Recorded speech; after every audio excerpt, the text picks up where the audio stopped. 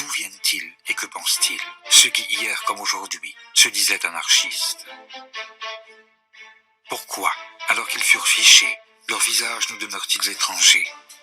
Pourquoi leurs pensées semblent-elles confuses et leur histoire si inquiétante? Né du capitalisme, frère ennemi du communisme d'État, l'anarchisme n'a pourtant eu de cesse de souffler son vent de révolte sur le monde.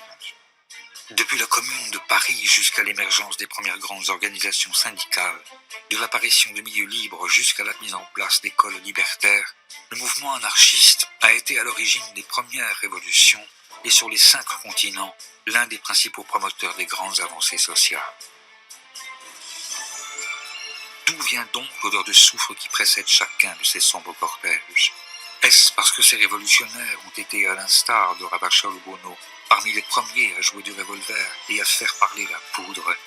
Ou ne s'agit-il là que d'un triste malentendu, une noire légende, voire un simple fantasme médiatique et policier qui aurait dessiné le portrait de ces utopistes savants en apôtres de la destruction? Il n'en demeure pas moins que les pouvoirs ligués les ont, partout et toujours, réprimés. On les a menés enchaînés à la guillotine ou on les sangla au dossier de la chaise électrique. Et le moindre de leurs châtiments ne fut sûrement pas la réduction de leurs gestes à une chronique de faits divers, ni l'effacement de leur victoire dans la mémoire sociale. Quelle est donc l'origine de ce mouvement qui combat depuis plus de 150 ans tous les maîtres et les dieux? Comment l'anarchisme, qui rêve pour notre vieux monde d'un autre futur, nous pose-t-il des questions toujours aussi actuelles? Et pourquoi son histoire est-elle plus que jamais la nôtre?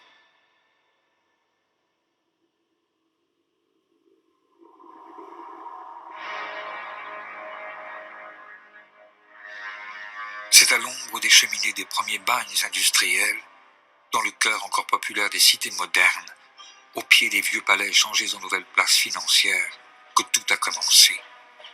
Nous sommes au début du 19e siècle et on assiste partout à l'avènement d'un système économique nouveau. Le capitalisme fait ses premiers pas. Il impose son modèle de pensée, crée ses grandes industries et bouleverse les paysages. Mais les illusions nées de la première révolution industrielle se dissipent déjà pour laisser apparaître une réalité beaucoup plus crue et plus sombre. Quel est le grand problème du 19e siècle? C'est ce qu'on a appelé, d'un terme très simple, la question sociale. La société se développe, on invente le chemin de fer, on invente d'abord la machine à vapeur, le chemin de fer, le bateau à vapeur, les métiers à tisser. D'une certaine manière, on voit que la société progresse considérablement, l'hygiène, la médecine, tout ce qui va avec, et en même temps, la misère n'a jamais été aussi effroyable par ceux qui précisément travaillent dans les fabriques, dans les manufactures, dans ce qu'on appellera plus tard les usines. La plupart des penseurs, qu'ils s'appellent Saint-Simon, qu'ils s'appellent Fourier, qu'ils s'appellent Proudhon, qu'ils s'appellent Marx, ou Cabet, ou Owen, on peut aligner tous les noms que l'on veut, tous se posent la question, comment résoudre la contradiction? On ne peut pas comprendre la naissance de l'anarchisme si l'on ne se souvient pas de la vie de peine et de misère que mène en ce temps le prolétaire, celui qui ne possède rien que sa force de travail. Sa journée dure plus de 12 heures et le salaire qu'il retire de son labeur ne lui permet pas de manger à sa faim. Il n'a ni jour de repos, ni assurance, ni retraite. Ses enfants travaillent dès qu'ils peuvent se tenir sur leurs jambes et 1 sur 2 meurt avant l'âge de 6 ans. Les carences, les épidémies et l'alcool font des ravages, l'analphabétisme est la norme et l'accident, la loi. En 1840, l'espérance de vie d'un travailleur ne dépasse guère les 30 ans. Les ouvriers n'ont jamais été aussi pauvres, les ouvriers n'ont jamais autant travaillé, les ouvriers n'ont jamais aussi peu profité de l'extraordinaire banquet auquel participent les propriétaires des moyens de production. Quel système social va permettre de résoudre la question, c'est-à-dire de donner non seulement du travail, mais à manger suffisamment à l'ouvrier, et plus qu'à manger, pour qu'il puisse lire, pour qu'il puisse se cultiver, pour qu'il puisse participer à la société démocratique. Tout comme la bourgeoisie qui bénéficie du progrès et vit dans l'opulence a pu trouver dans le libéralisme son idéologie, c'est dans un socialisme au contour encore vague que le prolétariat voit à l'époque une réponse possible à ses problèmes. Mais pour apporter une réelle solution aux injustices, le socialisme doit surmonter une autre contradiction, presque philosophique, celle-là. Le problème des problèmes en philosophie politique depuis le libéralisme classique, c'est la conjugaison de la liberté et de l'égalité. Comment assurer le plus grand éventail possible de liberté compatible avec le fait que tout le monde ait le même éventail de liberté, avec la plus grande égalité possible, dans la mesure où, sans égalité, la liberté demeure incomplète et il faut concilier ces idéaux de liberté et d'égalité. Un anarchiste américain disait « Pleine liberté sans l'égalité, c'est la jungle. Pleine égalité sans la liberté, c'est la prison. » Et on ne veut ni de la jungle ni de la prison. Cette tentative de concilier, c'est pas facile, mais le maximum de liberté avec le maximum d'égalité, cette aspiration double à la fois à l'égalité et à la liberté, je pense que c'est une des valeurs fondamentales de l'anarchisme.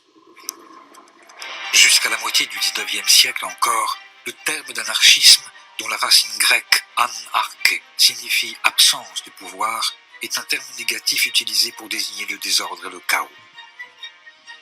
Mais si de grandes personnalités comme Sade, Babeuf ou Godwin avaient pu être auparavant taxés d'anarchistes, c'est Pierre-Joseph Proudhon qui s'en sert pour définir une position politique révolutionnaire et charger soudain l'anarchisme d'une valeur positive.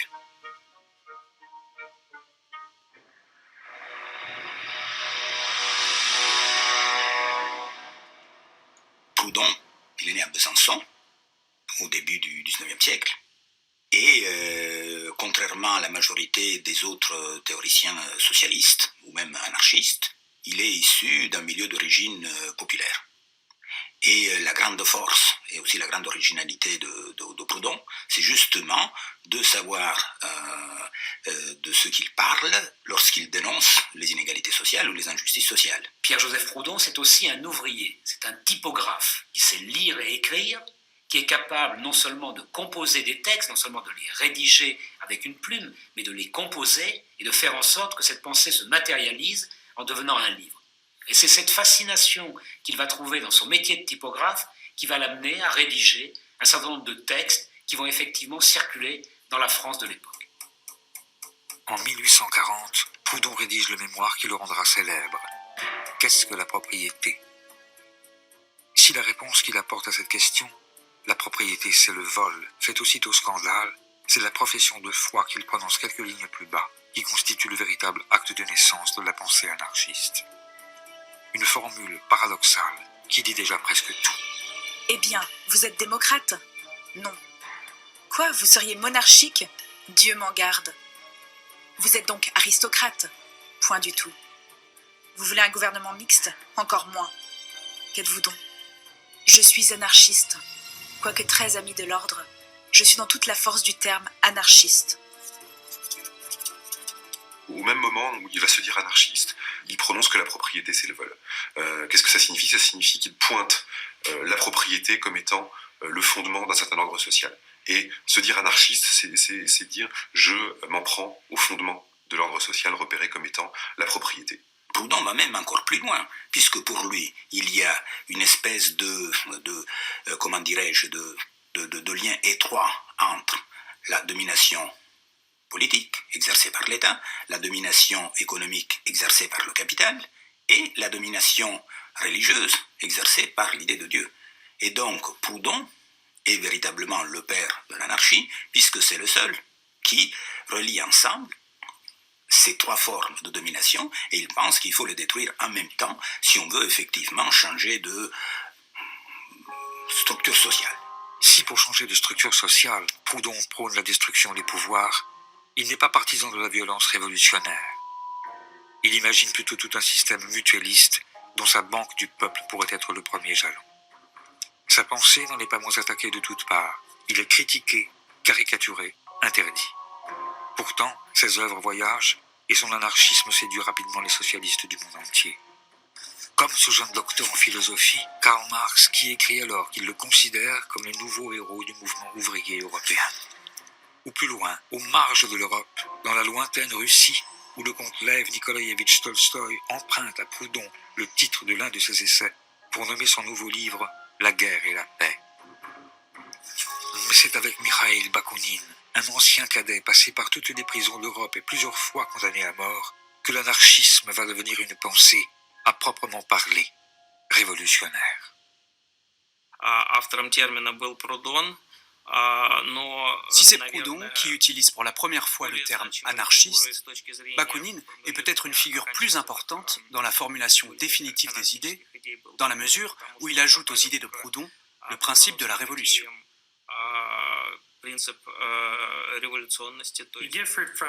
À la différence de Proudhon, en effet, Bakounine prône l'insurrection. Selon lui, la seule manière d'abolir l'État et le capitalisme, c'est une révolution armée. Bakounine entreprend de diffuser la pensée anarchiste au sein de la toute nouvelle Association internationale des travailleurs, plus connue sous le nom de Première internationale. Cette association, créée en 1864 à Londres, qui affirme que l'émancipation des travailleurs doit être l'œuvre des travailleurs eux-mêmes et qui rassemble à ses débuts plus de 2000 ouvriers, brosseurs, terrassiers, doreurs, charpentiers, menuisiers venus du monde entier, apparaît en effet aux yeux du révolutionnaire russe comme la plateforme idéale pour parachever le projet anarchiste et le faire connaître au monde. À chaque congrès, on discute des moyens de production. Est-ce qu'il faut les collectiviser? Est-ce que chacun a droit d'avoir ses propres moyens de production? Est-ce que ça doit être commun? Est-ce qu'il faut des coopératives? Est-ce qu'il faut des collectivités? Qu'est-ce qu'on fait de l'héritage? Qu'est-ce qu'on fait de l'argent? Quel est le rôle des femmes? Etc. Enfin, tout un ensemble de problèmes qui a jusque-là jamais été abordé.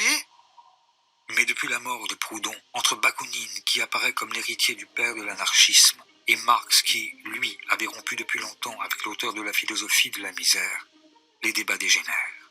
Et leur querelle, autant personnelle que politique, divise bientôt le mouvement socialiste. Trois grands courants émergent. Un courant réformiste, assez minoritaire, qui ne croit pas aux vertus de la révolution. Un courant marxiste, que les anarchistes qualifient d'autoritaire, qui pense que l'ordre nouveau s'imposera grâce à la dictature du prolétariat. Et enfin, le courant anti-autoritaire ou anarchiste de Bakounine, qui prône l'insurrection et la destruction définitive de tout l'appareil étatique. Pour les anarchistes comme pour les marxistes, le communisme est une société sans État, mais les marxistes estiment qu'ils peuvent utiliser l'appareil étatique d'oppression pour construire une société nouvelle, alors que les anarchistes pensent que l'État doit être supprimé dès la révolution sociale, après quoi viendra le communisme. Marx pensait qu'il fallait un parti centralisé, avec une structure hiérarchisée qui serait capable de mobiliser les gens pour prendre le pouvoir, et puis ensuite utiliser ce pouvoir pour créer le socialisme. Bakounine, en raison des idéaux anarchistes auxquels il adhère, en raison de sa méfiance du pouvoir et de l'autorité, est convaincu que c'est une erreur colossale que de penser comme ça. Il a à peu près cette expression prenez le plus grand révolutionnaire, mettez-le sur le trône de toutes les Russies, et vous en ferez un tyran dans quelques années. Je prédis, c'est à peu près sa formulation, qu'en Russie, si la révolution qui se produit prend la forme que Marx souhaite, on verra arriver une terrifiante bureaucratie rouge. Avec son mètre 99 et ses yeux impeccablement bleus, Bakounine, qui parle 5 langues, convainc rapidement des membres influents de l'Internationale, comme le Suisse James Guillaume, les Français Elie et Élisée Reclus, l'Espagnol Anselmo Lorenzo, l'Italien Malatesta ou un peu plus tard le prince russe Kropotkin. Et grâce à eux, l'anarchisme s'internationalise et devient la pensée la plus populaire parmi les différents courants du socialisme.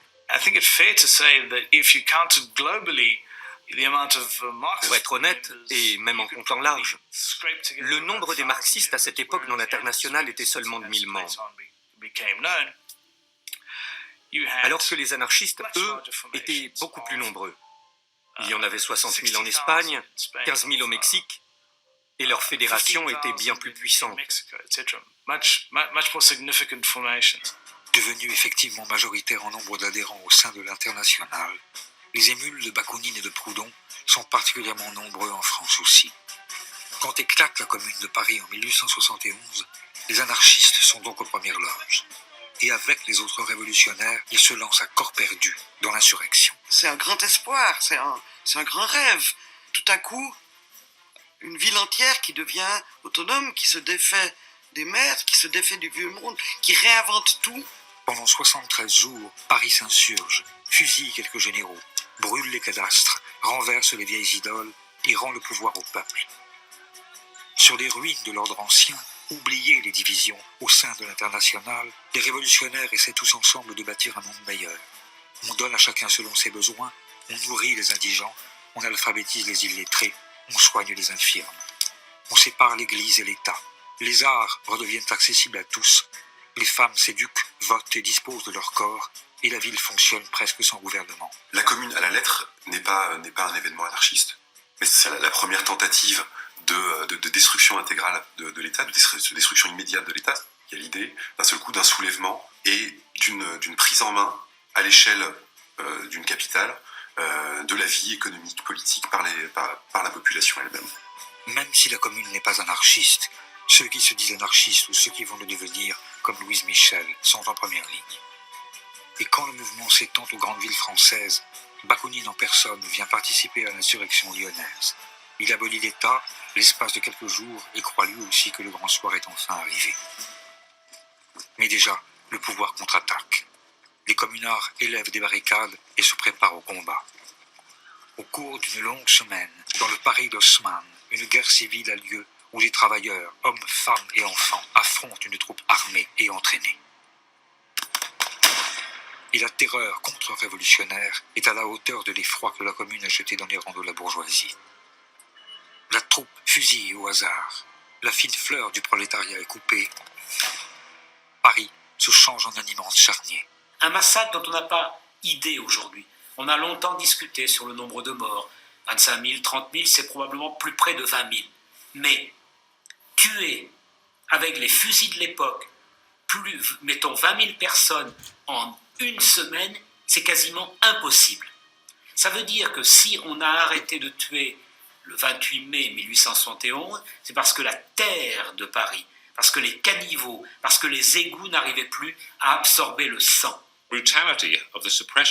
La brutalité de l'écrasement de la Commune de Paris a choqué beaucoup d'ouvriers en Europe et dans le reste du monde.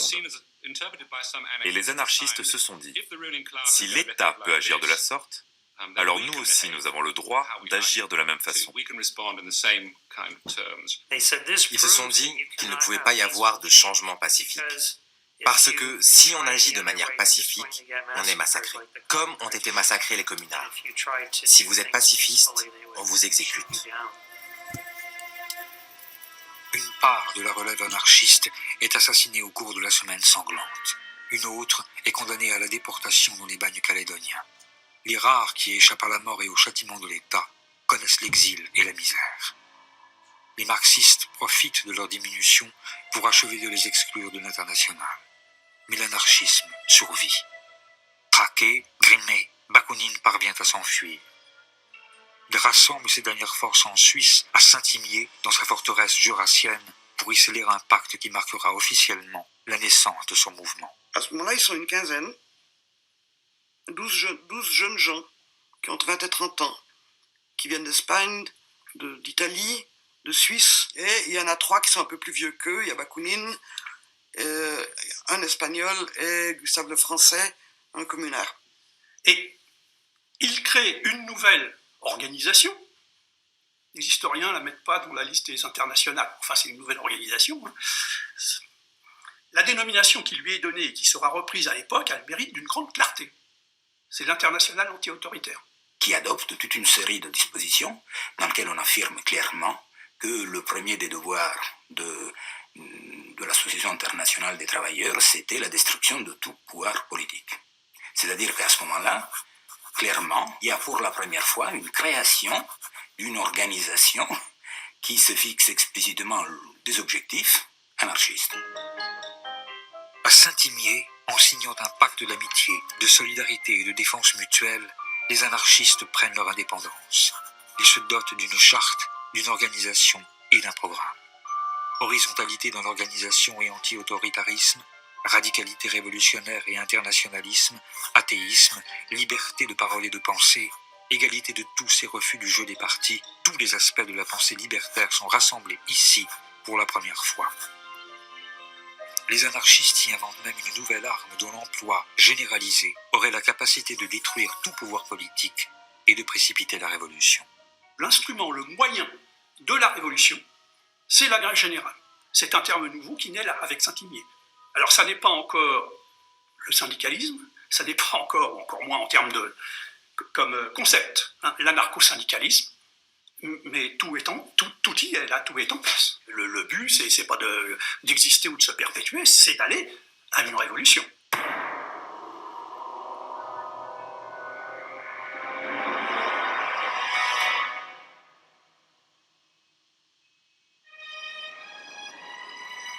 C'est dans les jeunes États-Unis d'Amérique que cette arme nouvelle va être utilisée pour la première fois à grande échelle. Déposé par les grandes vagues de migration, l'anarchisme, ici aussi, a pris racine. Il a même trouvé, dans ces bataillons de pauvres qui viennent grossir les grands centres industriels du Nord, où le salariat ressemble tant à l'esclavage du Sud, un terreau favorable à son épanouissement.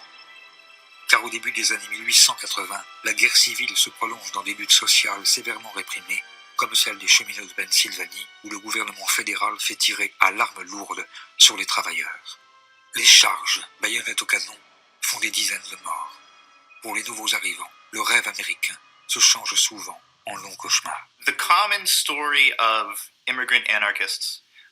L'histoire générale des émigrants, que ce soit les Italiens, les Allemands ou les Français, est toujours la même.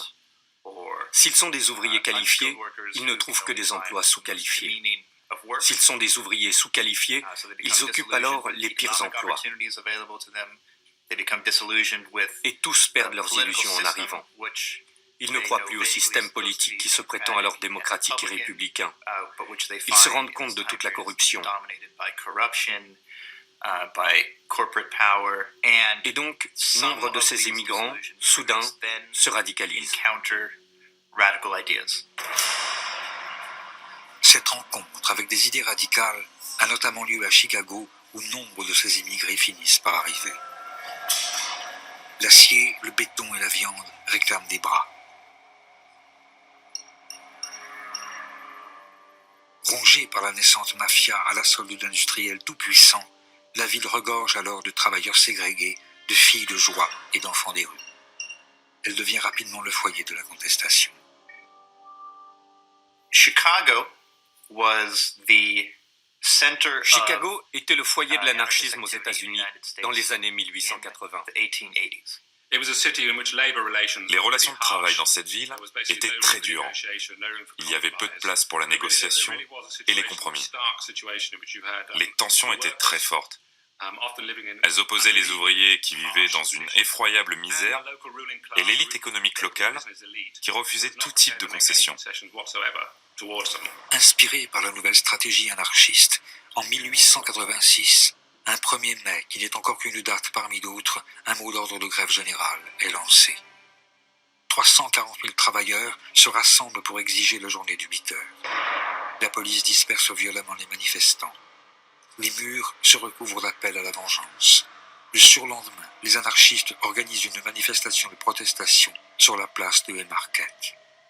Cet événement devient fondateur dans l'histoire du mouvement ouvrier.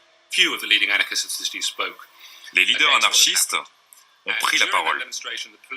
Mais à la fin de la manifestation, au moment où la police a voulu disperser les manifestants,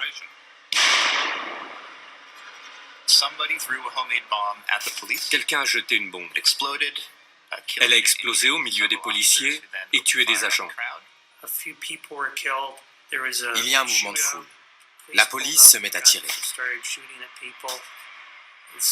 Les manifestants répliquent. Les Américains ont l'habitude encore aujourd'hui d'être armés.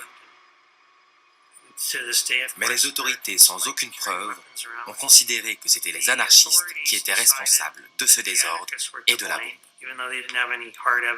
The Chicago police rounded up dozens of anarchists and par la suite, la police de Chicago a raflé des dizaines et des dizaines d'anarchistes. Certains d'entre eux n'avaient même pas manifesté cette nuit-là. C'est vraiment un exemple classique de réaction. La police de Chicago a utilisé cette bombe pour justifier une répression beaucoup plus globale. 8 anarchistes sont accusés d'avoir jeté la bombe. Dans sa plaidoirie, le procureur reconnaît à demi-mot leur innocence. Nous savons que ces 8 hommes ne sont pas plus coupables que les milliers de personnes qui les suivaient, mais ils ont été choisis parce qu'ils sont des meneurs. Messieurs du jury, faites d'eux un exemple, faites-les pendre. et vous sauverez nos institutions et notre société. Sur les 8, 5 sont condamnés à mort. Louis Slings se suicide en prison. Les 4 autres, August Spies, George Engel, Adolf Fischer et Albert Parsons, sont pendus. Ce n'est qu'en 1893 que le gouverneur de l'Illinois a innocenté les anarchistes qui avaient été pendus.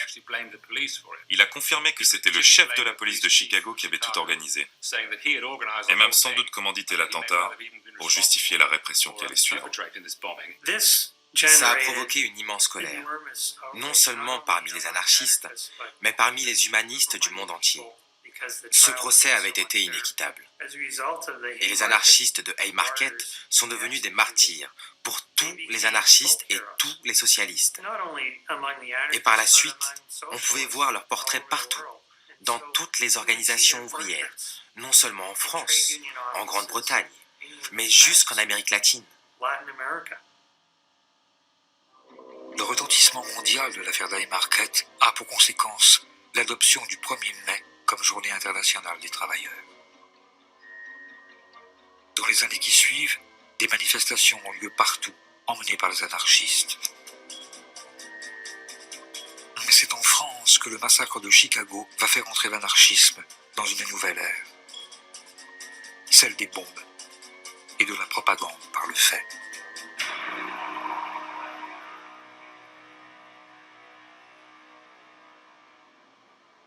La propagande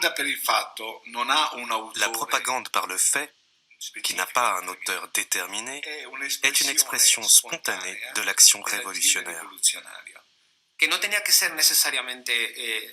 Ce n'est pas nécessairement une explosion ou une bombe, mais juste une action qui dépasse les limites du discours. Au travers d'un geste exemplaire, les anarchistes pensaient qu'on pouvait mieux transmettre le message libertaire.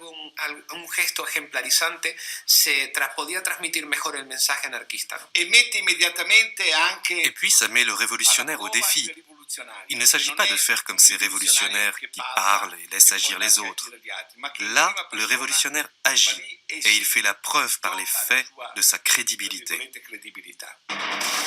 Cette conception selon laquelle une action d'éclat pourrait créer l'étincelle révolutionnaire qui enflammera l'Occident convainc notamment un certain François Königstein, dit Ravachol.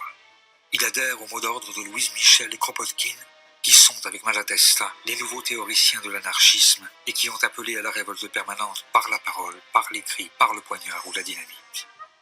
Ravachol voit lui aussi, dans la toute nouvelle invention de Nobel, l'outil idéal pour détruire le vieux monde. Il se forme à la manipulation de la nitroglycérine et à la suite de la répression féroce des premières manifestations du 1er mai en France, sa révolte se changeant soudain en fureur, il décide de passer à l'action. Le 1er mai 1891, les anarchistes décident de faire une journée de lutte et d'action. Pas une journée de défilé ordonné comme c'est devenu de nos jours. Et donc, il y a des échauffourées à Clichy, où les flics tapent sur les anarchistes et les anarchistes tapent sur les flics. Et puis, à Fourmies, dans le Nord, il y a une fusillade contre les femmes et les enfants qui sont devant le cortège. Et il y a plusieurs morts. Et c'est à cause de ça que Ravachol pose des bombes. Comme un symbole, Ravachol place ses bombes artisanales boulevard Saint-Germain et rue de Clichy. Devant les portes des appartements du juge et de l'avocat général qui ont condamné à de lourdes peines de prison 3 manifestants anarchistes, il dépose des valises. Les dégâts sont impressionnants. Ces bombes n'ont tué personne. Elles n'étaient que la réponse à la condamnation des manifestants anarchistes de Clichy. Mais la police française, les médias en France, mais aussi au Royaume-Uni et dans le reste du monde, ont alors fait de Ravachol, qui n'aurait pas dû être un personnage important de l'histoire de l'anarchisme, la face sombre du mouvement, son versant destructeur. Le mythe de l'anarchiste poseur de bombes vient de naître. Ravachol fait peur, on le traque. La préfecture se dote d'armes nouvelles. La police se réinvente en scientifique. L'une des premières fiches anthropométriques de l'histoire à réaliser, son portrait s'étale à la une de tous les journaux. Et grâce aux nouveaux moyens de communication, son nom résonne dans le monde entier. Le Petit Parisien, Le Petit Journal, Le Journal et Le Matin, les 4 journaux qui tirent entre 700 000 et plus d'1 million d'exemplaires par jour, les unes, notamment de leur supplément de Domenico le dimanche, font tout pour faire peur dans les chaumières. Mais de façon effectivement générale, ces attentats n'ont pas provoqué immédiatement une réaction hostile de toute l'opinion publique. Bien au contraire, Ravachol recueille même plutôt la sympathie du peuple, pour lequel il devient une sorte de héros, comme Mandrin aux cartouches, un vengeur auquel on écrit, sur l'air de la Carmagnole, des chansons. Dansons la Ravachol, vive le son, vive le son. Dansons la Ravachol, vive le son, l'explosion. Pour devenir un exemple de pure révolte, l'anarchiste doit payer de sa personne. Ce n'est pas le terroriste qui fait son attentat et s'enfuit. Au contraire, l'anarchiste doit affronter à visage découvert la société et devant le tribunal revendiquer ses actes. Il doit se servir de son procès comme un formidable mégaphone et faire résonner partout le nom de l'anarchisme. Fidèle à la stratégie de la propagande par le fait, quand 3 jours seulement après l'explosion de sa dernière bombe, Ravachol est arrêté, il assume ses responsabilités. À son procès devant le tribunal de la Seine, alors qu'il sait qu'il joue sa tête, il soutient son geste. Il y a actuellement un trop grand nombre de citoyens qui souffrent tandis que d'autres nagent dans l'opulence. Cela ne peut durer. Aujourd'hui, les anarchistes sont assez nombreux pour renverser les choses. Il ne faut pour cela qu'une poussée. Et la révolution s'opérera. Ravachol est condamné aux travaux forcés à perpétuité, mais rattrapé par une vieille affaire de droit commun, il est condamné à mort. Et c'est par un froid matin, à Montbrison, que sa voix qui allait crier « Vive la Révolution » est coupée par le couteau de la guillotine. Son exécution, loin d'effrayer les autres libertaires, apparaît comme une déclaration de guerre. La presse anarchiste réclame vengeance. On assiste alors à un véritable emballement. Chacun s'y met, encouragé par des publications qui, de rubriques d'études scientifiques en exposé d'arsenal anti-bourgeois, acquièrent rapidement le surnom de presse dynamite. Des bombes explosent un peu partout. Le restaurant où Ravachol a été arrêté est dynamité. Auguste Vaillant, le Guy Fawkes français, prend d'assaut la Chambre des députés. Léon Léautier attaque au tranchet. Amédée Powell se fait exploser devant l'église de la Madeleine. Émile Henry fait plusieurs morts en posant des bombes, dont une au hasard dans le restaurant de la gare Saint-Lazare. On dynamite Faubourg Saint-Jacques, rue Saint-Martin, rue de Vaugirard, à Lyon, Angers, Le Havre, Amiens, Marseille. La France prend peur et la stratégie de l'attentat commence à faire débat au sein du petit monde libertaire. Devant l'emballement ravacholiste, des auteurs comme Malatesta, Kropotkin et même Reclus pensent que on est confronté à une forme de dangereuse déviation. C'est-à-dire qu'ils ne peuvent pas accepter que l'on puisse commettre n'importe quel geste, n'importe quel attentat au nom de l'anarchie. Si la stratégie de l'attentat fait débat parmi les révolutionnaires, ce sont des avant-gardes artistiques que viennent les derniers soutiens aux propagandistes par le fait.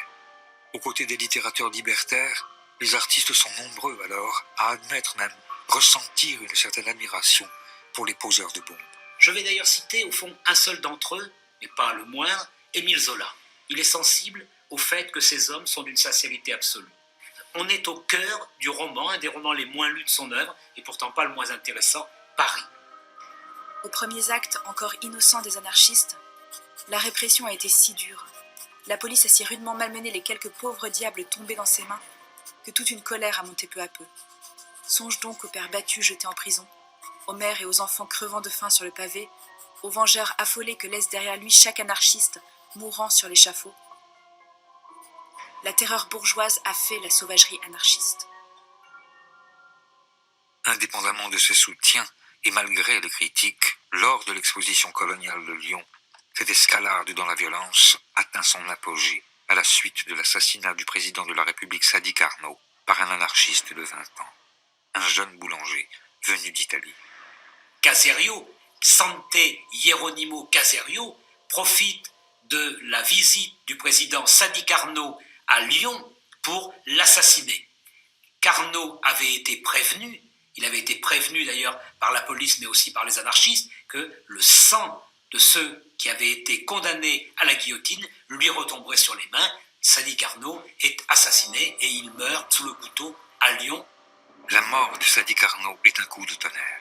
On lui fait des funérailles nationales, ses cendres sont mises au Panthéon. Son assassin est rapidement jugé et mis à mort. Et pour ne pas que sa tombe devienne un lieu de pèlerinage, les restes de Saint Geronimo Caserio, anarchiste et martyr, sont jetés dans une fosse anonyme. Mais cela ne suffit pas, et la répression se généralise. À ce moment-là, en France, on va faire adopter ce qu'on appelle les lois scélérates, des lois qui interdisent toute propagande anarchiste et assimiler à une association de malfaiteurs, et en même temps toute propagande antimilitariste. Et donc, il y a une mise en fiche de la quasi-totalité des militants, qui est réalisée à ce moment-là, y compris des malheureux qui étaient tout simplement abonnés à telle ou telle revue libertaire. Né à Kharkov, Julien Turin. Cohen, Joseph. Mickey, Ferdinand. Gauthier Jean-Joseph, né à Grenoble, politologue. Grand Didier Alfred, Delors, né à Saint-Denis, Jean-Baptiste, peintre né à en bâtiment. Marvechol, typographe. Martin, français. En même temps, c'est des informations ahurissantes. Les anarchistes très dangereux, quand on les connaît, c'est un ouvrier horloger du Val de Saint-Imier qui prononce quelquefois des phrases un peu incendiaires, mais qui de nous n'a jamais dit pendez-les tous ou mort aux flics, mort aux vaches. On a tous fait. La panique gagne le monde. Les rumeurs les plus folles courent de ministère en consulat. Les anarchistes complotent. Ils sont une menace pour la sécurité des nations. À l'image des États-Unis d'Amérique, les gouvernements se dotent de lois contre le péril noir. L'idée d'une conspiration terroriste, d'une conspiration internationale, est alors apparue. C'est la première fois que le concept de guerre à la terreur était utilisé. Dans le New York Times, en 1894, on a commencé à lire des titres sur la nécessité d'exterminer le terrorisme. C'était déjà ces termes très mélodramatiques qui étaient employés.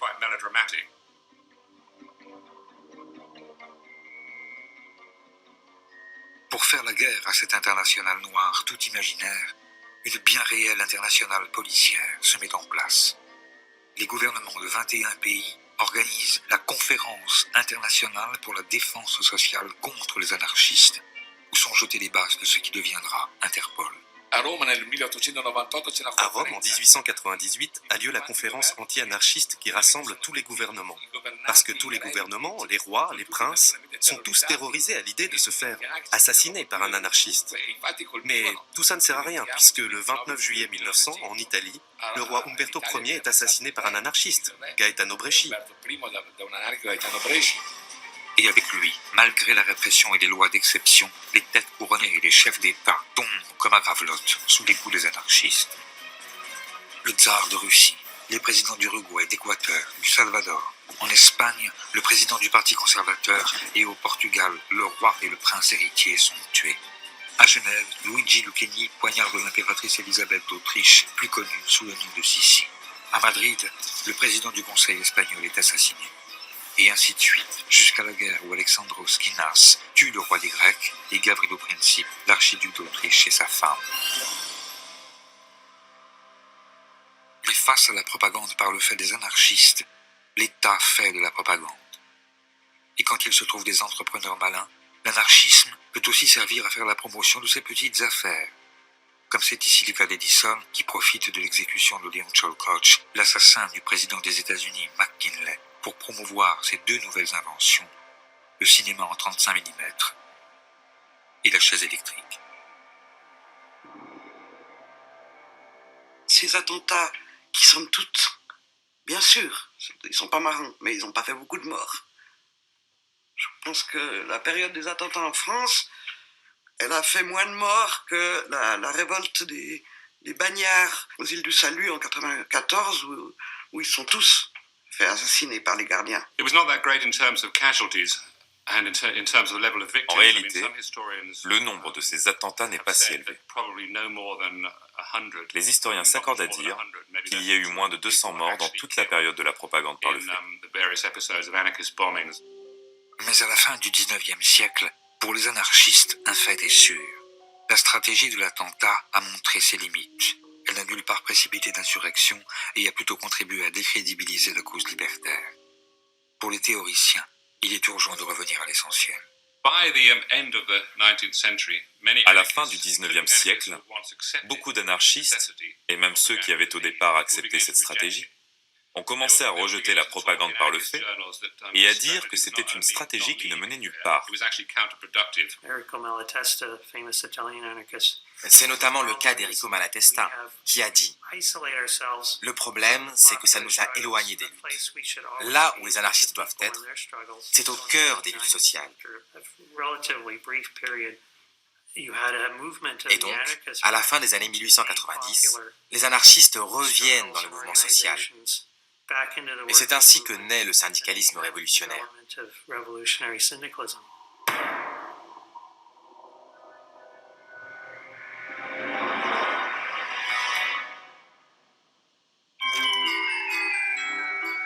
Depuis quelques années, un peu partout, les travailleurs ont conquis le droit de s'organiser en syndicats.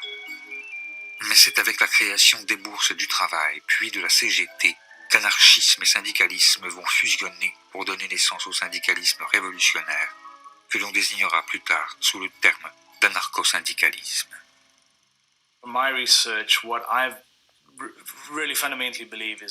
Mes recherches montrent que le syndicalisme est fondamentalement une stratégie anarchiste. Bien sûr, c'est né en dehors du mouvement anarchiste, et c'est quelque chose que les anarchistes ont ensuite adopté. À l'intérieur de cette stratégie, les bourses du travail occupent une place particulière. Le grand promoteur du mouvement des bourses du travail est un jeune anarchiste qui s'était fait connaître en s'opposant à la stratégie de l'attentat. C'est quelqu'un pour qui j'ai une très grande admiration, c'est Pelloutier. Alors, c'est un Français, Pelloutier, qui meurt très jeune, à 30 quelques années, en s'étant tué à la tâche, littéralement. Mais il va fonder cette idée de bourse du travail. Qu'est-ce que c'est que ces bourses du travail?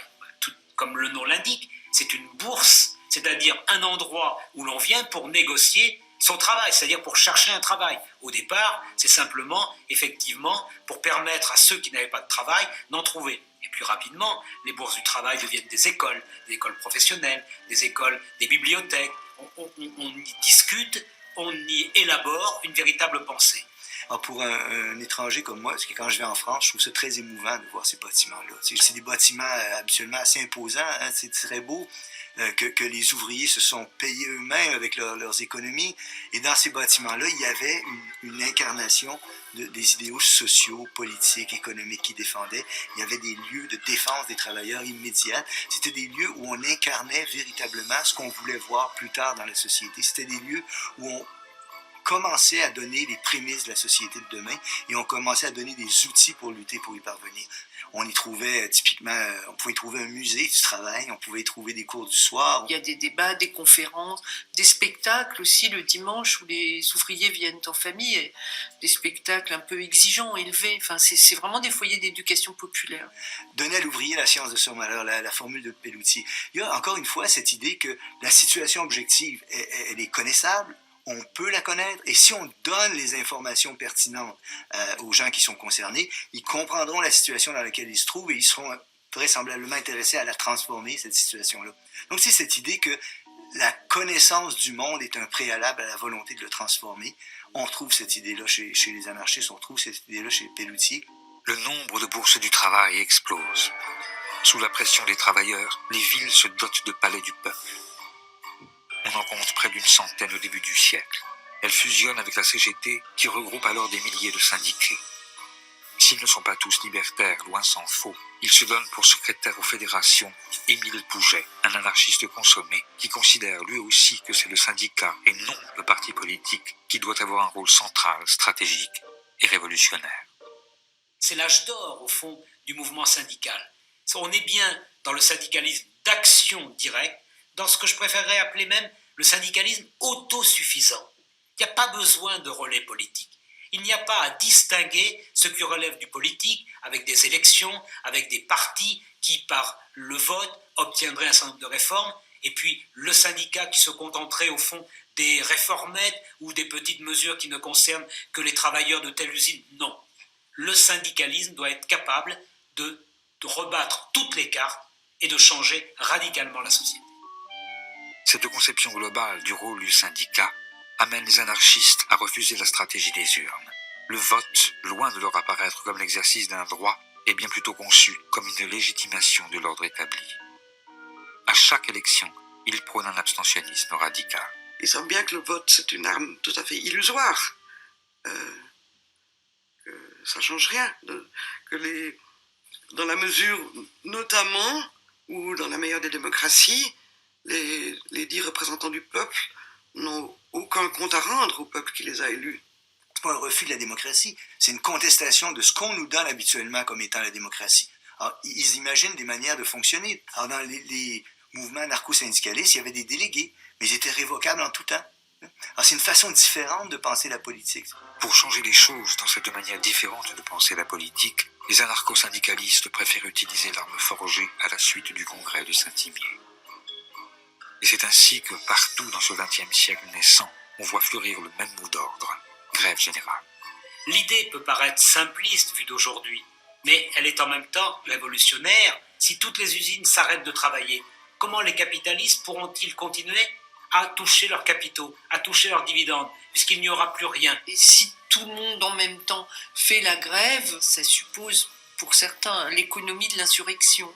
La société s'écroulera d'elle-même sans qu'il soit besoin d'une violence extrême, puisque la bourgeoisie ne pourra pas faire front. Ce sera déjà la société sans État, parce que l'État n'aura plus de raison d'être. C'est pas l'idée, au fond, de tuer ou de mettre en prison les bourgeois, les capitalistes. C'est les tuer dans leur essence de capitalistes. S'il n'y a plus de capitaux produits, il n'y a plus de capitalistes. En revanche, le capitalisme, lui, tue. Comme à Courrières en 1906, où a lieu l'une des plus grandes catastrophes de l'histoire ouvrière. À la suite d'un coup de grisou et d'un coup de poussier, les mines s'enflamment. Afin de préserver le gisement de charbon, les propriétaires bouchent la mine. Plus de 1500 mineurs sont pris au piège des flammes, des gaz et de l'obscurité. Seuls 24 en reviendront. Aussitôt, les mineurs se mettent en grève. Les femmes en tête réclament justice. Les anarchistes sont en première ligne. Clémenceau, qui vient d'être nommé ministre de l'Intérieur, envoie la troupe. 20 000 soldats chargent les manifestants. En réponse, pour le 1er mai 1906, les syndicalistes libertaires de la CGT exigent la journée de 8 heures et appellent à la grève générale.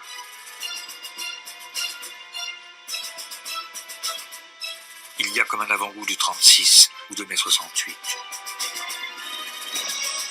Dans les bourses du travail, si les anarchistes font des soupes populaires et jouent à l'orchestre, ils savent que bientôt viendra l'heure de l'affrontement. En plein cœur de cette époque qui n'est pas belle pour tout le monde, les travailleurs se préparent. La bourgeoisie tremble. La France retient son souffle. Il y a toute une fébrilité autour de ce 1er mai 1906 qui doit être le départ de la grève générale. Donc il y a une attente presque millénariste. On voit des banderoles dans tant de jours nous serons libres. Et c'est actualisé au fur et à mesure qu'on se rapproche de la date fatidique. Et il y a une véritable panique qui saisit la bourgeoisie à l'approche de ce 1er mai 1906. Et à Paris, il y a 45 000 hommes de troupes pour empêcher toute manifestation de se tenir. Donc il y a la tactique du manège et des dragons qui tournent en rond sur les places. Il va y avoir des affrontements autour de la place de la République. C'est vraiment des charges sabre au clair. Et quand on frappe, c'est bien souvent avec le tranchant. Il y a un nombre de mutilations incroyable. Et puis il y a des morts, pas mal de morts aussi. Malgré les arrestations, les blessés et les morts, les anarchistes remportent ici tout de même une grande victoire. Ils font la preuve qu'ils peuvent mobiliser les travailleurs et obtenir gain de cause. Car si la journée de 8 heures n'a pas été obtenue, le gouvernement a tout de même été obligé de lâcher, sous la pression, un jour de repos. Le syndicalisme révolutionnaire est alors au fait de sa popularité.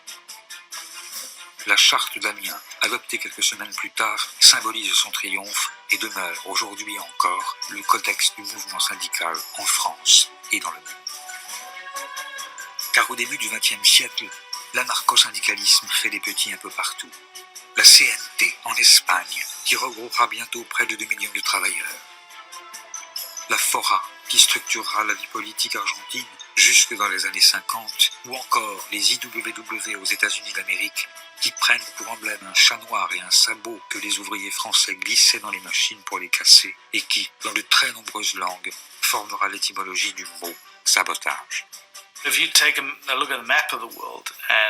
vous prenez une carte du monde, alors vous verrez que le mouvement anarcho-syndicaliste s'est développé dans toute l'Amérique latine et dans toute l'Europe. Si l'on parle d'une présence certes minoritaire, mais avec une influence énorme, alors vous trouverez l'Europe de l'Est, l'Afrique du Nord et jusqu'en Extrême-Orient.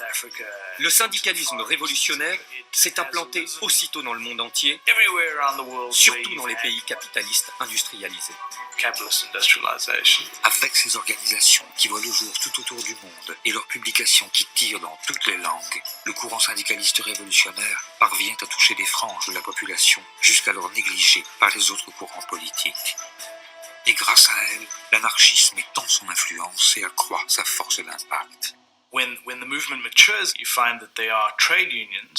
fur et à mesure de l'implantation des syndicats anarchistes, ceux-ci se dotaient toujours de sections féminines. Ce ne sont pas des ghettos, car ces sections féminines étaient vraiment aux avant-postes de la Révolution. Et je crois que c'est important de comprendre ça, car les femmes jouaient alors un rôle de pionnier. Et ces sections féminines devenaient aussitôt, en quelque sorte, des avant-gardes révolutionnaires. Esclaves entre tous les prolétaires, ce sont effectivement des femmes qui mènent ces luttes syndicales et ouvrent pour l'anarchisme de nouveaux fronts. Le mouvement libertaire devient ainsi, en ce temps où les femmes n'ont pas le droit de vote, ni celui d'avoir un compte en banque, le seul mouvement révolutionnaire à avoir des figures féminines de premier plan. On se souvient de Louise Michel, la communarde réprouvée devenue héroïne populaire, et d'Emma Goldman, l'émigrée russe surnommée la femme la plus dangereuse d'Amérique. Mais il y a encore Voltairine de Clerc, dont le talent littéraire n'aura d'égal que le foisonnement de la pensée, Leda Raffanelli, la militante convertie à l'islam et figure marquante de l'anticolonialisme au Proche-Orient, ou Virginia Bolton, qui, avec le sous-titre Ni Dieu, ni Maître, ni Marie, publie le premier journal féministe de l'histoire. Sans oublier Lucy Parsons, dont l'époux accusé à Haymarket avait été l'un des 5 martyrs de Chicago et qui, née esclave, deviendra l'une des premières militantes de la cause noire. Connues et reconnues, ces femmes qui remplissent les salles sur leur seul nom sont admirées par les sympathisants anarchistes et craintes par les pouvoirs établis, qui n'hésitent pas à les enfermer, à les déporter et même à les exécuter, comme ce fut le cas de Kano Sugako, journaliste féministe et martyre japonaise, qui finira pendue au crépuscule du soir après avoir été accusée à tort de haute trahison. Mais en dépit de la participation de ces personnalités, le syndicalisme révolutionnaire n'en finit pas moins par montrer ses limites. Et Malatesta, encore lui, s'en inquiète qu'il le voit devenir un mouvement légalitaire dans lequel les anarchistes semblent avoir oublié ce qu'ils sont et ce pourquoi ils luttent. Ce que Malatesta critique alors, c'est ce syndicalisme apolitique, de ventre mou, qui n'ose pas contester le pouvoir. Un syndicalisme qui jette la confusion et veut juste perdurer, qui n'admet pas que son objectif final doit être la destruction de tout pouvoir politique. Désespérant de l'action collective, mais aussi victime d'une répression disproportionnée, de nombreux révolutionnaires préfèrent alors se détourner des organisations pour créer, après l'insurrectionnalisme et l'anarcho-syndicalisme, le dernier grand courant du mouvement anarchiste, l'individualisme.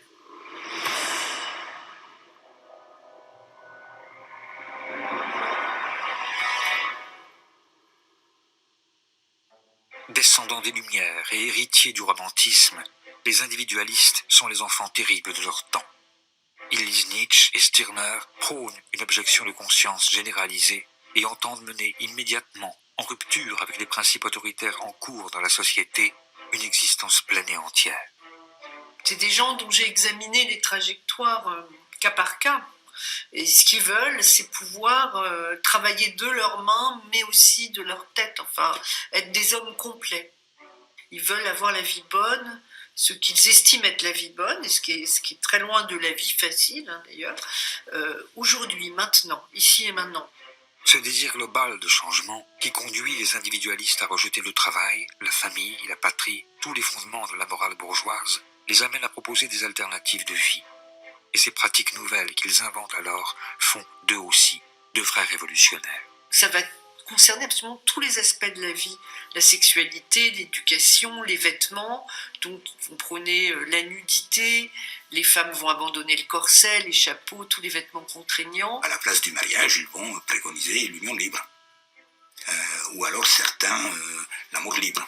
Et éventuellement plural, il n'y a pas d'inconvénient à aimer plusieurs personnes à la fois, et pour les femmes et pour les hommes. Enfin ça c'est la doctrine, bien sûr dans les faits, il y a beaucoup de grincements de dents et de souffrances. Bien qu'ils soient individualistes, ces anarchistes ne s'en regroupent pas moins. Et à défaut de changer le monde, ils décident de changer l'univers. Ils créent dans les villes des Athénées libertaires ou des colonies agricoles à la campagne. Et partout, ils partent mettre en cohérence leurs idées et leurs actes, comme ici, en Palestine, où les anarchistes juifs fondent des Gagnats, la mère des kibbutzim. Mais c'est surtout en Amérique latine que de véritables villes libertaires voient le jour.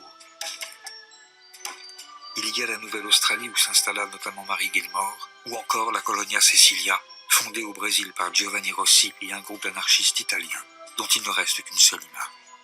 Pendant 4 ans, ces libertaires abolissent les hiérarchies, la religion et l'argent, s'organisent en conseil, s'aiment librement et chantent des chansons. Terra di ladri, con miei compagni vado in esilio e tutti uniti a lavorare formeremo la colonia sociale. E tu borghese ne paghi il fio, tutto precipita, re patria e Dio, e l'anarchia forte e gloriosa e vittoriosa trionferà, si trionferà. Mais l'anarchie ne triomphe pas, et ces colonies, véritables contre-sociétés qui devaient être le germe du monde nouveau, ferment les unes après les autres. Certains individualistes se disent alors que si pour changer la société, il faut bien changer l'individu, pour changer l'individu, il faut reprendre le mal à la racine. Or, selon eux, l'école bourgeoise inculque dès l'origine aux enfants des valeurs autoritaires et centralise tous les dispositifs de pouvoir. Il faut donc s'y attaquer et y porter la révolution. Ils se font alors éducationnistes réalisateurs et conçoivent des pédagogies nouvelles où l'antique paideia se mêle au principe libertaire. La tâche de l'anarchiste, c'est d'être un éducateur. C'est-à-dire, il faut en quelque sorte faire l'homme nouveau avant de faire la société nouvelle. Il y a une très grande exigence d'élévation intellectuelle, sensorielle, physique même. Il ne néglige aucun des aspects de la vie. Des expériences de nouvelles formes d'éducation fleurissent aussitôt à travers le monde. La ruche de Sébastien Faure ou l'orphelinat de Sampuy de Paul Robin. Mais l'une des plus complètes est l'école moderne, fondée en Espagne sur des principes anti-autoritaires par Francisco Ferrer. Francisco Ferrer est un pédagogue anarchiste très important. Il a créé le mouvement des écoles modernes. L'idée était de faire une éducation séculaire, laïque, non seulement à destination des enfants, mais aussi des adultes, basée sur des relations égalitaires entre les élèves et les professeurs. C'est une éducation intégrale, c'est-à-dire qu'elle doit être à la fois manuelle et intellectuelle. L'enfant doit savoir à peu près tout faire. Elle est fondée exclusivement sur l'usage de la raison, c'est-à-dire on ne veut rien imposer à l'enfant de l'extérieur. Nous ne craignons pas de le dire. Nous voulons faire des hommes dont l'indépendance intellectuelle sera la force suprême, qui ne se soumettront jamais à rien, capables de discerner ce qui est bon et qui aspireront à vivre 1000 vies en une seule. La société craint de tels hommes, et il ne faut pas attendre d'elles qu'elles soutiennent jamais une éducation capable de les produire. C'est ça qui est fascinant quand on lit les anarchistes sur l'éducation, et à mon avis, c'est parmi les rares théoriciens de l'éducation qui sont conscients de ça, ils se méfient d'eux-mêmes. Ils ont une telle méfiance à l'endroit de l'autorité illégitime, y compris en éducation, que leur réflexion sur l'éducation comporte une profonde réflexion sur les risques d'endoctrinement que porte leur projet. Alors vous allez lire des mots je cite presque textuellement, rappelons-nous toujours que nous ne voulons pas faire de bons petits anarchistes. Méfions-nous toujours de notre propre pouvoir sur les enfants. Nous tentons de faire des hommes libres, il se pourrait qu'ils pensent autre chose que nous plus tard. C'est à ça qu'on reconnaîtra qu'on a véritablement fait des hommes libres. Ces écoles laïques et libertaires, où les enfants posent en cagoule, suscitent bien sûr le fantasme, et leur succès inquiète autant le clergé que la bourgeoisie. Il faut arrêter au plus vite Francisco Ferrer, leur fondateur qui s'est pourtant toujours opposé à toute forme de violence. Une occasion est trouvée au cours de la semaine tragique de Barcelone de l'inculper à tort. Il est très vite visé par la répression, qui en 1909 l'accuse d'avoir fomenté la grève générale de Barcelone et le condamne à mort.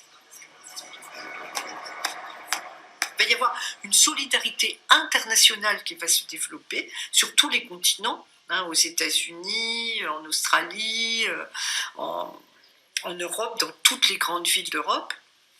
Il y aura des manifestations pour empêcher l'exécution, il y aura des pétitions, il y a même des gouvernements qui vont intervenir pour demander au gouvernement espagnol de l'épargner, mais Ferrer est exécuté. Et alors, quelques heures après son exécution, des foules se rassemblent partout dans les grandes villes, mais notamment à Paris. L'émeute parisienne sera la plus spectaculaire de toutes, le 13 octobre 1909 exactement. Il va y avoir une émeute d'une intensité extraordinaire. Les terrassiers, qui sont vraiment la fleur du prolétariat de cette époque, arrivent pioche à l'épaule, dépavent les avenues, mettent à nu les conduites de gaz, les percent, les enflamment. Paris est transformé en brasier. L'assassinat de Ferrer par la justice espagnole provoque en France les échauffourées les plus violentes depuis la Commune. Et c'est dans ce contexte de répression généralisée, on l'oublie trop souvent, que certains individualistes vont reprendre partout la voie des armes, comme au temps de la propagande par le fait, mais avec, cette fois, la conscience de la vanité de leurs gestes et l'assurance de la tragédie qui les attend.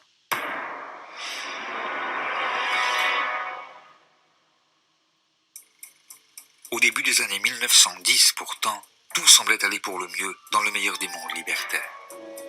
En France, par exemple, Armand Fallières, le nouveau président de la République, accompagné d'une myriade de personnalités politiques, s'était rendu en personne à Besançon pour inaugurer, en grande pompe avec Marseillaise et défilé des gardes suisses, une statue monumentale à la gloire du père de l'anarchisme, Joseph Proudhon. Mais peut-être par impatience ou juste pour prendre au mot l'auteur de Qu'est-ce que la propriété, de nombreux libertaires ne décidaient pas moins d'attaquer la société bourgeoise dans ce qu'elle a de plus cher. Partisans du vol, qu'ils préfèrent nommer expropriation, reprise individuelle ou banditisme révolutionnaire, afin de précipiter en Europe une révolution qu'ils ne voyaient plus venir, ces anarchistes s'en prennent partout à la propriété. Et avec eux, le braquage se changeait soudain en stratégie révolutionnaire. Le problème est très simple. Si je suis un révolutionnaire opposé au capitalisme, pour quel mystérieux motif est-ce que je n'attaquerai pas une banque? Pourquoi ne pas exproprier la banque pour financer la révolution? Après, on peut discuter des méthodes. Je ne parle pas de tuer la petite vieille qui attend au guichet. Je parle d'un assaut radical du capitalisme sous la forme d'une attaque de banque. Aux yeux d'un révolutionnaire, ça n'a rien de scandaleux. Entre parenthèses, même Staline le faisait. Tous les révolutionnaires s'y mettent en effet, mais ce sont les anarchistes qui systématisent ces tactiques et associent momentanément leur nom au plus grand braquage de l'époque. Il y aura Buenaventura Durruti, le plus grand terroriste d'Espagne, avant de devenir le leader de la révolution anarchiste en Catalogne, qui met à sac, avec les Solidarios, une partie de l'Europe et de l'Amérique latine. Il y aura Severino Di Giovanni, l'ennemi public numéro 1 argentin, qui réalisera le vol le plus important jusqu'alors de l'histoire de son pays. Il y a en Ukraine Nestor Makhno, qui, au sein de l'Union des laboureurs pauvres, exproprie et redistribue les biens confisqués. Mais en France, c'est Marius Jacob, qui œuvre au sein de la bande des travailleurs de la nuit, qui marque alors les esprits. C'est quelqu'un de très bien organisé, très doué pour cette activité. Marius Jacob, il cambriole des commerces, des églises, bien sûr, des particuliers riches, mais dans la mesure du possible, sans violence aucune, et même avec une certaine élégance, puisqu'il peut laisser des petits messages ironiques à destination de ceux qu'il a cambriolés. Oui, je vous ai volé un mouchoir de poche d'une valeur de 250 francs. Un mouchoir de 250 francs. N'est-ce pas une insulte à la misère? Marius Jacob, l'anarchiste cambrioleur, qui, bien qu'ayant commis plus de 500 cambriolages, gardait pour lui juste de quoi vivre, servira de modèle à Maurice Leblanc pour concevoir son personnage d'Arsène Lupin. Mais l'État, qui veut envoyer un message aux anarchistes tentés par l'illégalisme, l'arrête, et malgré ses bons mots, lui applique un châtiment exemplaire. Lui qui n'avait jamais versé le sang est condamné à la guillotine sèche des travaux forcés à perpétuité au bagne de Guyane. Pour les bandits révolutionnaires, le signal est clair. Puisque le pouvoir envoie à la mort même des innocents, il vaut mieux tuer avant que d'être tué. Convaincu par cette idée et animé par une révolte profonde, un jeune mécanicien, venu très tôt à l'anarchisme, et dont Conan Doyle dit qu'il fut son chauffeur à Londres, vient à Paris pour former une bande dont le nom va bientôt faire trembler l'Europe. La bande à Bono. Les bandits tragiques, je préfère cette appellation, parce que premièrement, c'est pas une bande soumise à l'autorité d'un chef, et si chef il y avait, je vois pas pourquoi ce serait Bono plus qu'un autre.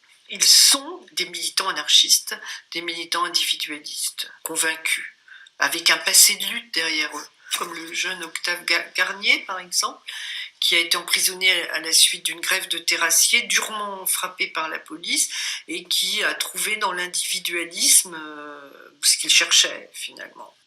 Austères doctrinaires dont la vie est exemplaire, ces hommes ignorent le tabac, l'alcool, le jeu et le bordel. Ils fréquentent le journal L'Anarchie, dirigé par Victor Serge. Mais c'est grâce à leur connaissance de la mécanique qu'ils vont d'abord entrer dans l'histoire en étant les premiers à utiliser la voiture pour commettre leur braquage. Leurs prises sont bien maigres et ne permettent pas de financer la révolution. Mais leurs attaques se caractérisent par une violence indiscriminée. Sur leur passage, le nombre de morts explose. Leurs têtes sont mises à prix. La presse offre une prime de 100 000 francs à qui permettra leur capture. Les toutes nouvelles brigades du Tigre se mettent à leur trousse. Mais loin d'avoir peur, les bandits défient la société. Et Octave Garnier va même jusqu'à écrire aux responsables de la 3e brigade, dite brigade des anarchistes. Je sais que cela aura une fin. Dans la lutte qui s'est engagée entre le formidable arsenal dont dispose la société et moi, je sais que je serai vaincu. Je serai le plus faible. Mais j'espère vous faire payer cher votre victoire. Ça se termine par un siège qui oppose des hommes seuls à une troupe d'un millier d'hommes, hein, avec 10 000 spectateurs autour, d'ailleurs, venus assister à la lie de ces hommes traqués. Ils se battent comme des lions jusqu'au bout, toute la nuit, comme la petite chef de M. Seguin avec le loup, avec aucune chance de s'en tirer, et ils le savent. Hein. Et c'est ça qui fait d'eux, je dirais, des sortes de propagandistes par le fait. La geste des bandits tragiques s'achève le 28 avril 1912 dans la proche banlieue de Paris. Une fois n'est pas coutume, c'est la police qui pose des bombes.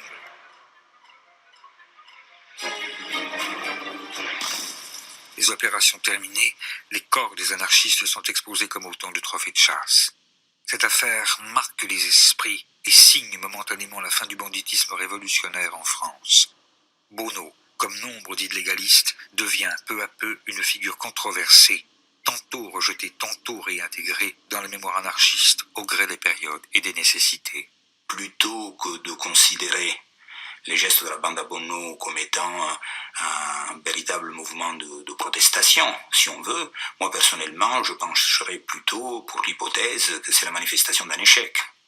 C'est-à-dire que ce sont des épisodes qui peuvent attirer une espèce de curiosité morbide, mais en fait, en réalité, restent des épisodes marginaux. Et en ce qui concerne la bande à Bono, c'est de la marginalité d'un groupement qui était marginal.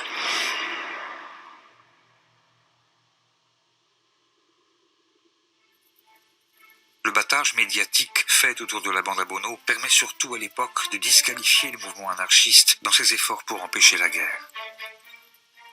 Car devant les démonstrations de masse que firent les libertaires aux côtés des autres socialistes, par exemple ici, au Pré Saint-Gervais près de Paris, ou avec la Semaine Rouge d'Ancône en Italie, où Malatesta était parvenu à étendre la grève générale aux marches en Romagne et jusqu'en Toscane, les impérialismes craignaient plus que tout que les travailleurs du monde parviennent à s'entendre.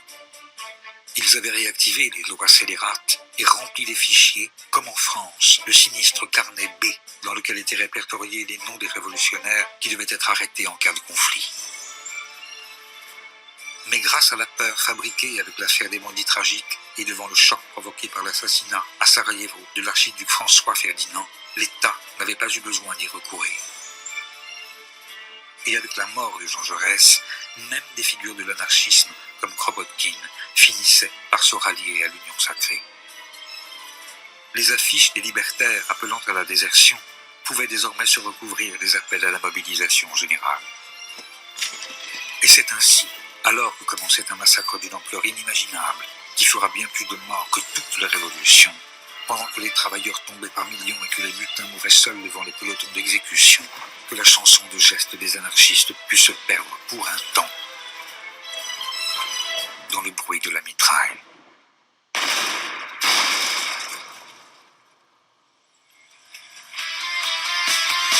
Car notre sang bleu est noir, notre drapeau rouge est noir, notre étoile jaune est noire, notre vie en rose est noire. Oui, notre sang bleu est noir, notre drapeau rouge est noir, notre étoile jaune est noire, notre vie en rose est noire. Oui, notre sang bleu est noir, notre drapeau rouge est noir, notre étoile jaune est noire, notre vie en rose est noire.